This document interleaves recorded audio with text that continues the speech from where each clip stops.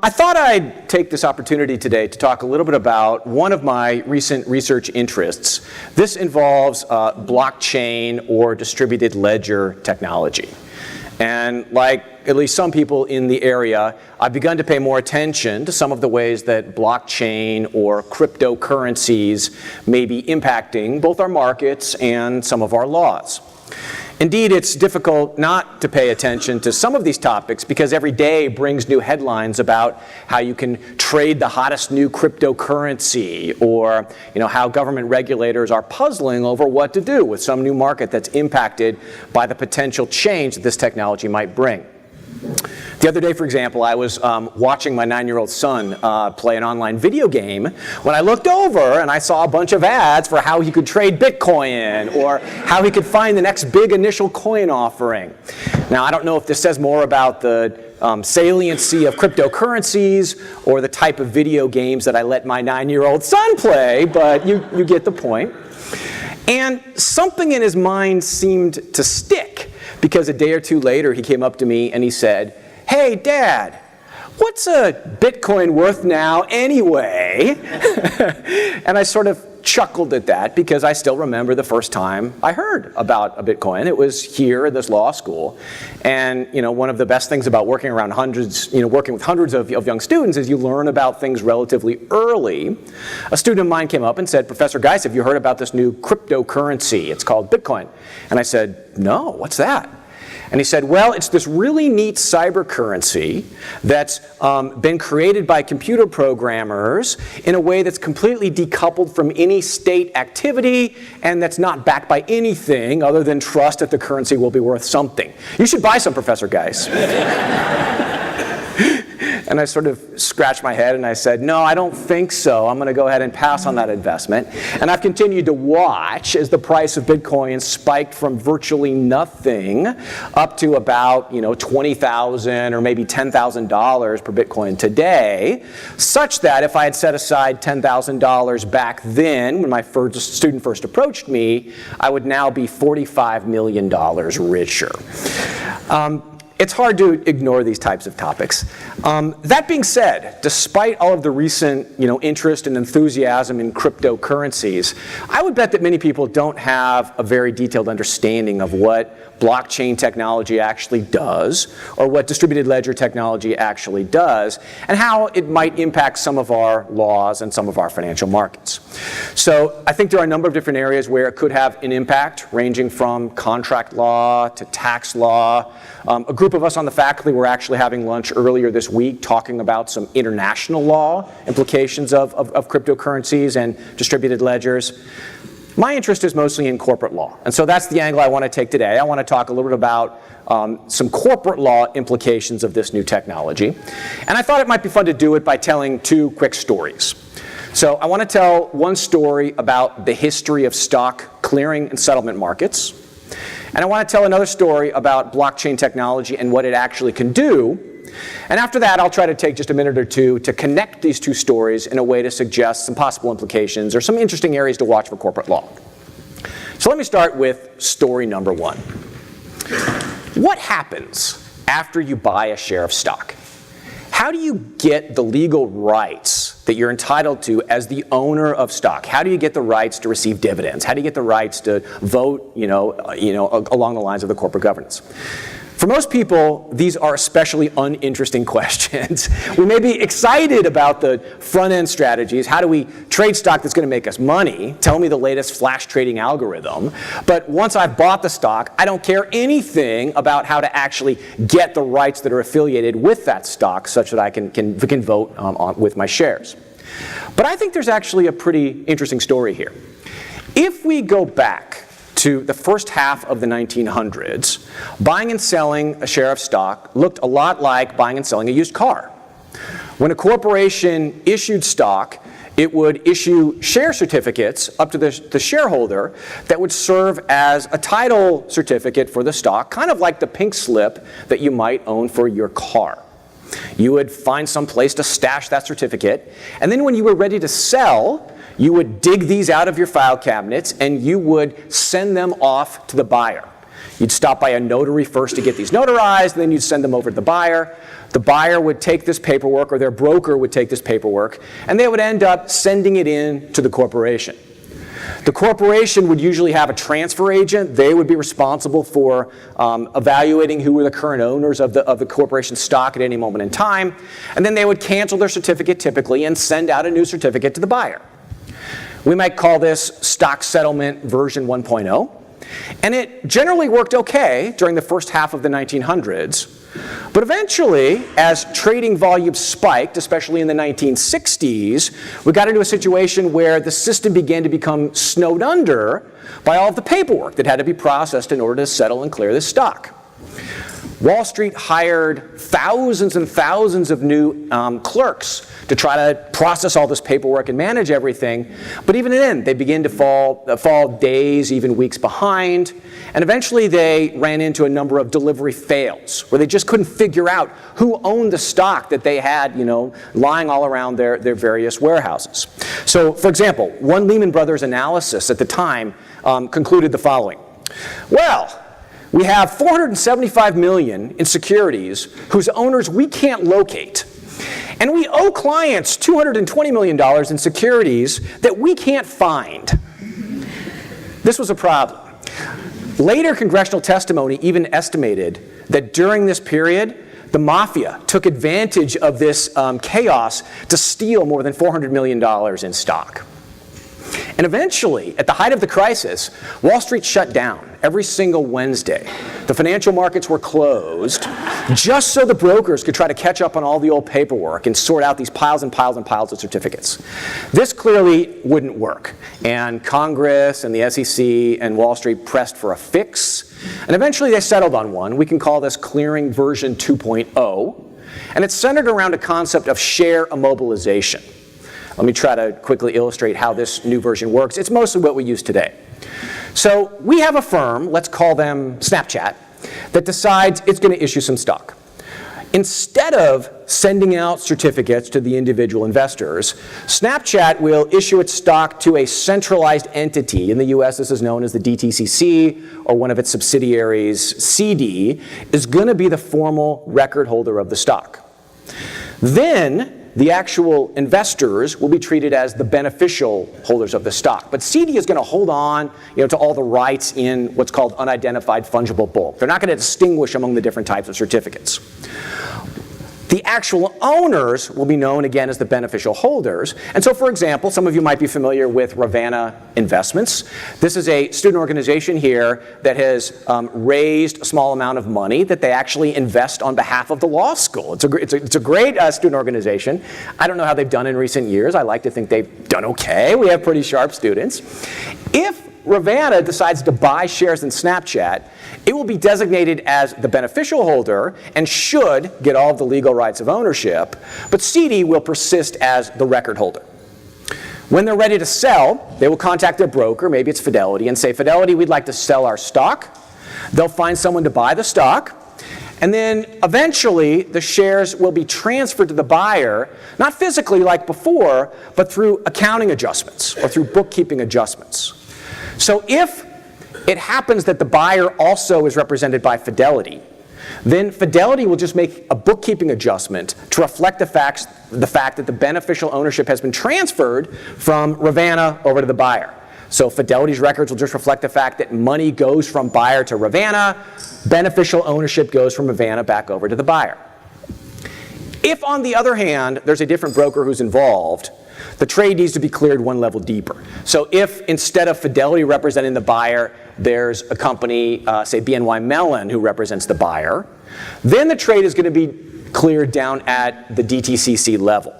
And what will happen is there will just be a record-keeping adjustment reflecting the fact that BNY Mellon is now going to be earmarked or responsible for managing more of Snapchat stock. The main point, though, is that in both cases, specific shares are not identified as the ones that have been traded, and CD is going to persist as the formal record holder of the stock. This is what we use today, settlement version 2.0, and it generally works okay. But from corporate law's perspectives, there are a few problems. One problem is just increased complexity. and transaction costs. So if you think about it now, every time a company wants to hold a vote, say for annual director elections or for anything else, we've got to work up and down through these various layers of intermediaries trying to figure out who actually has the right to vote on the stock and how to process those votes in a way that takes an excessive amount of time and complexity. Sometimes there are even mistakes. There are a number of instances where, for instance, more stock has been voted than exists in the entire world, right? So people are casting their votes. That's obviously very problematic as a matter of corporate law. Another set of problems stems from the fact that some rights in corporate law actually require share identification. We need to know whether the shares you own qualify for certain types of rights in a way that really can often be indeterminate now. So if, for example, you want to file a lawsuit alleging that a registration statement has been fraudulent, you may need to demonstrate that the shares that you own were ones that were issued in connection with the fraudulent registration statement.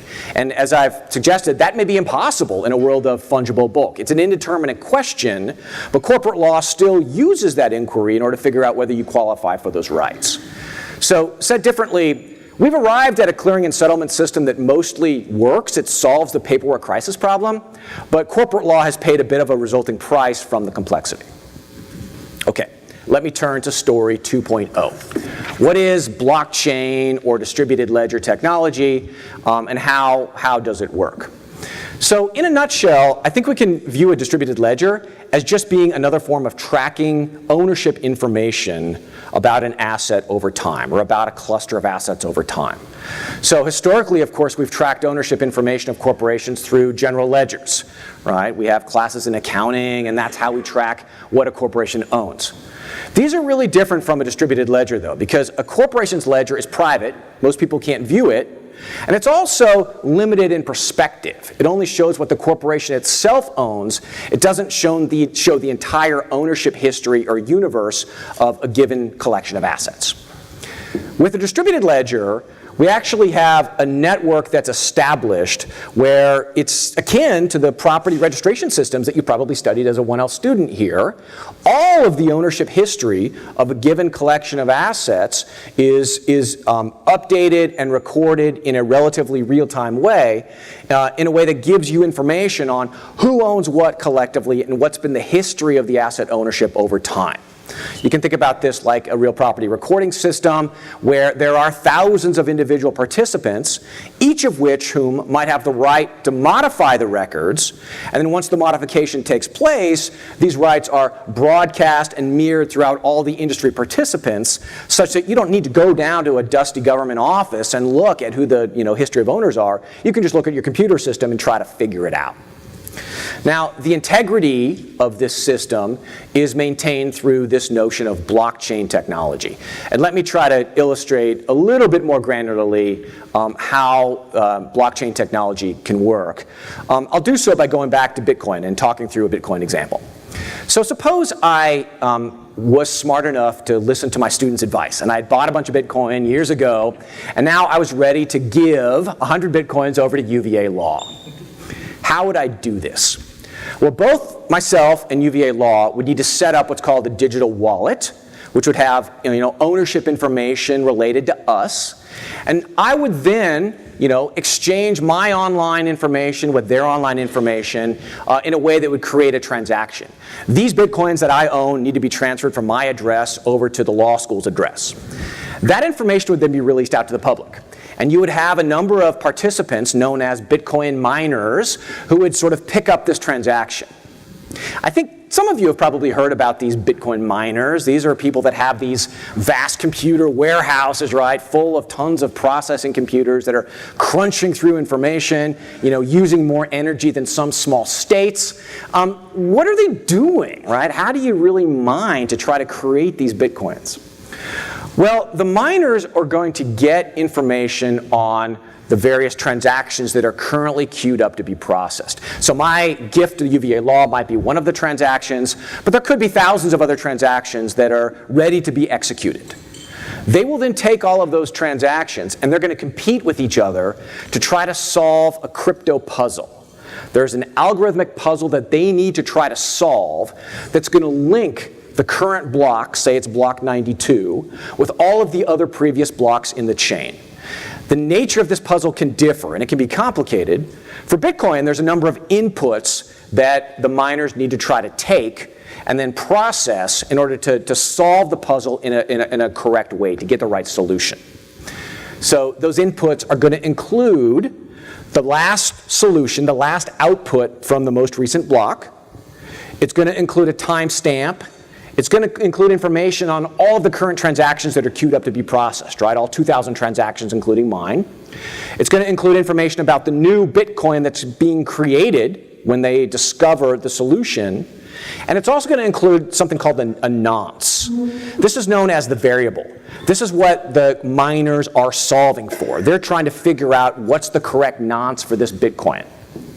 And the goal is for each of the miners to take this information and run it through something called a hash function. A hash function is just a mathematical algorithm. It'll take a variable length of text, it'll process it according to whatever the algorithm says to do, and it'll spit out a fixed length output solution. With Bitcoin, it might be a 256-bit solution. And the goal of the miners is to try to iterate again and again and again and again until they can find the right nonce, the right variable, that when combined with all these other inputs leads to an output string that begins with, say, 12 zeros. This is exceptionally difficult to do because if you change the nonce just by a little bit, the hash function will completely scramble the resulting output. And so it's not as if you can just iterate one number at a time. Some people have compared this to trying to find a single grain of sand in all of the beaches and oceans around the entire world. So it takes a lot of computer processing power. That's why you see these, rooms filled with computers. And all of the different miners are competing with each other to try to be the first person to figure it out. Now, why would they bother to do this? Well, one reason they might bother to do this is that they would get paid. If they figure it out, they're going to have the rights to get a certain amount of Bitcoins themselves. Right now, they get about 12.5 Bitcoins for every block that's created. So that's maybe $120,000. And typically, it'll take about 5 or 10 minutes to create one of these blocks. They may not be the winner every time, but if you win it enough, then it might be worth your while. Another reason they might try to do this is because the individual transaction participants might pay them a commission. So I might have to pay a commission in order to allow them to execute my transaction. Eventually, they're going to figure it out. They'll find which nonce works. They'll broadcast that to everybody that's participating. And the beauty of this is that you can very quickly see whether the solution is right. You can use the same nonce, plug it through. If it works, oh yeah, there are 12 zeros. You can link the block to the chain. It now becomes validated, and then all the transactions are effectively deemed legitimate, and my Bitcoins will have moved over to UVA Law's wallet. At the end of the day, what we have here with this blockchain technology is a long string of a database, essentially, that refers back to all of the earlier blocks in the chain in a way that is thought to provide security and immutability, but it also provides perfect provenance over who was the historical ownership of whatever the assets were that were reflected in the Bitcoin transaction. Okay, I sense I've lost some of you, but hopefully you can at least understand that what we're generally doing here is we're creating a historical string akin to property ownership, where we can see who's been the owner of this property for over a long period of time. That's in a nutshell what we need to get out of this. Now let me just take a few more minutes of your time and talk about what this might mean for corporate law. I think there are a number of different implications. One of the ones that I'm most interested in is the possibility that we might move to settlement version 3.0. I would call this traceable shares. So if you think back to the first half of my talk, instead of having stock mushed together in fungible bulk by some centralized entity, we might think about clearing stock on the blockchain. So if a corporation like Snapchat were to issue stock, it would be issued in a way that was referenced by the blockchain, and we could now look back and have perfect historical provenance over who had owned any specific share of stock over any period in time. And this, may not sound that interesting, but as a matter of corporate law, I think there could be some really significant implications. For example, some of the voting problems that I talked about earlier could conceivably be alleviated because we would not have as much complexity now in trying to figure out who had the right to vote at any given moment in time. We would just look at the moment of the vote, who owned the shares, let's take a peek at the blockchain, and then we would give them the voting rights and process their votes.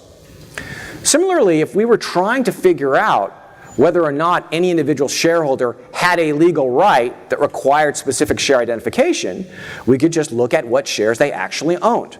You want to file a registration, Section 11 lawsuit saying the registration statement was fraudulent. Let's just look if you actually own those shares instead of running into an indeterminacy problem because we can't identify which shares of stock you actually own. So I think those are some potential benefits of moving to a system like that. I think there are a lot of questions and a lot of complexities that could also be raised by a switch like this. There are clearly questions related to governance. I think many people that work in the financial market industry would be very scared about replicating a system like Bitcoin where anybody can go in and modify stock ownership rights as long as they solve whatever the crypto puzzle is. So I think it's maybe more likely that we have a system where there continue to be intermediaries, brokers that are the only ones that have permission to write changes to the distributed ledger. But that in and of itself raises questions about how the governance of that own consortium is going to work. And so I think there are a number of questions related to that governance and security that likely would still need to be worked out before we'd see a system like this become reality. Another interesting development I think that might arise is that it's not inconceivable that we would see fragmented trading markets for stock. If I want to exercise a certain legal claim and only a subset of shares are going to qualify for that claim, I may call my broker and say, I'd like to buy shares of Snapchat, but only shares that allow me to sue them for this Section 11 violation. And so I think we might see trading markets become bifurcated or trifurcated in a way that's very different than the way that we normally trade stock today.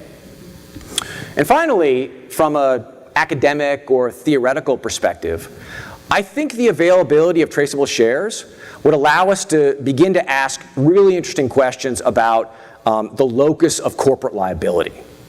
So if you think about it now, corporations are generally punished at the corporate entity level for misdeeds. That has sometimes been criticized for effectively punishing innocent shareholders who may have bought their stock in the company long after the misdeed occurred. They're effectively bearing part of the price for a misdeed that may have occurred, 5, 10 years ago when they were no longer shareholders. I'm not saying we should do this, but if we have traceable shares, it now becomes at least theoretically possible to go back in time and figure out who actually owned the shares of stock at the moment that the misdeed occurred, and maybe if they benefited in some manner personally from the misdeed. So an example that comes to mind is a firm makes a fraudulent representation, the price goes up, the shareholder sells their stock and gains money on the fraud. We could conceivably link back to their ownership position at the time and recover from them under some sort of a restitution theory. So again, I'm not suggesting that's what we should do. I'm just suggesting that some of these theories of responsibility for corporate misdeeds might be able to be rethought in the context of traceable shares. So I'm sure there's a lot more to talk about. All of this, I have to say, is highly contingent. It's difficult to talk about some of these issues because it's not clear that we're ultimately going to arrive at a situation like this. But I do think there's enough energy, there's enough entrepreneurial activity going on in this space right now. We have companies already that are moving their stock over to a Bitcoin type of ledger, that this really is an important and an interesting area for business lawyers to watch over the next few years.